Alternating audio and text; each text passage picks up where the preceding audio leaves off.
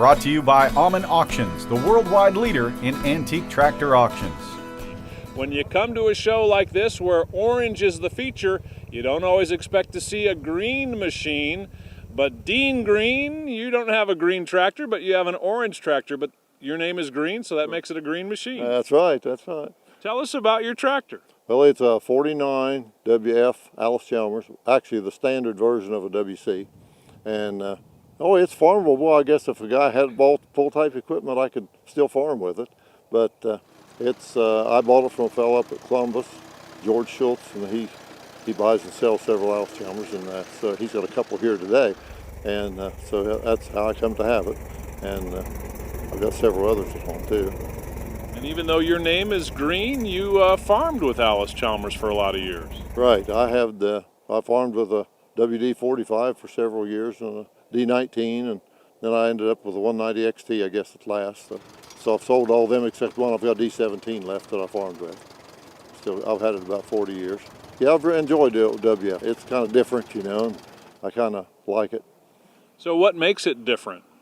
Well, there's no hydraulics on it. There's no power lift of any kind. So they never made a cultivator for it, and it won't widen out. The front axle solid, and so you just have to, anything you use, you have to pull with it. And of course, you couldn't pull with a hydraulic lift plow because it wouldn't raise.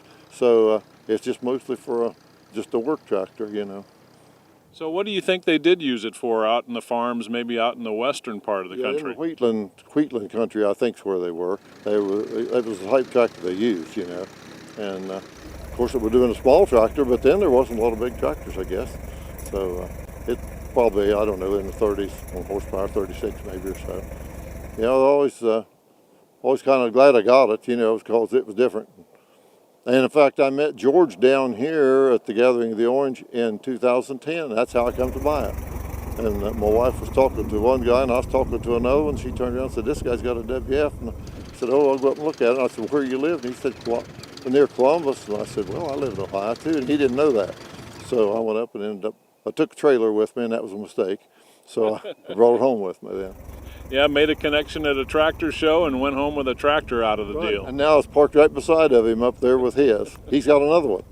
Now the WF looks pretty narrow as far as how wide the tractor is. Is it pretty comfortable to drive? Yeah, it doesn't ride real good, and you ride behind the axle, and so it doesn't ride real good. It's a lot different than riding a tractor like a D17 or something like that. Yeah, it rides a little rough. And they got a big cushion seat, right? Very little spring to that seat. And I begin to notice that with this coming down here over the rough spots. I noticed that pretty well. So what were some of the features that you think back in 1949 farmers would have appreciated? I know it was a pretty basic farm power, but were there some things they did, you think, right?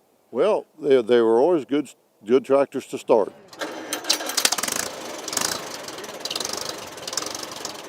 You could always start them. If you had a decent battery and a good mag, well, they'd start. And that was one thing people liked about them. And I'm guessing it's probably Armstrong steering, right? It does steer easy. It's amazing how well it does steer. Well, I believe it steers easier than I've got an RC, and this steers easier than the RC does. This tricycle, but this one steers real nice.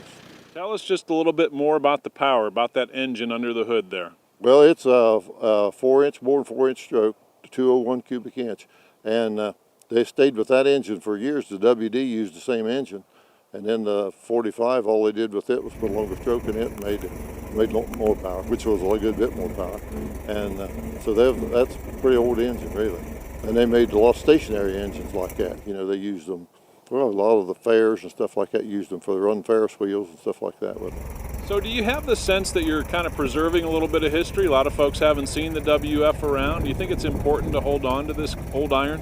I think it is. I'm getting older, and I really appreciate it anymore. It wasn't so important when it was 25 or 30 years old, but now when you get up a little older, why, it's pretty important to me to have some of these old tractors. I really like them, and it's a pretty good pastime for me. You know, I still do some other work too, but I haven't got a regular job anywhere, so I don't have to go to work. So I really do. I really enjoy working on the old tractors, and I can do most of it myself. But when we got into that governor, I wanted him to help me, and he helped me, and we got it fixed real well. It works real good.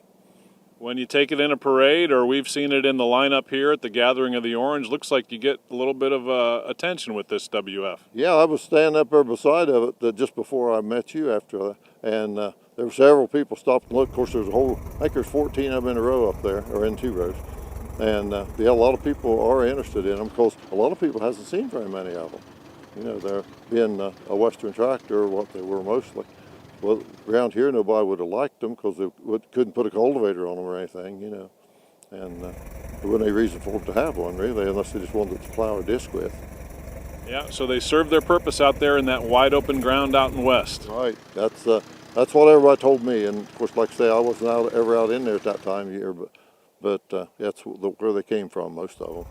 Well, Dean, thanks for sharing part of the story of your WF Allis-Chalmers. Well, thank you. Appreciate it. Glad to see you down here. We watch your show a lot, and we really appreciate it. Well, we thank you for that. We won't want to miss that. We aim to stay with that every week when you're on. All right, Dean Green with his orange Allis WF machine.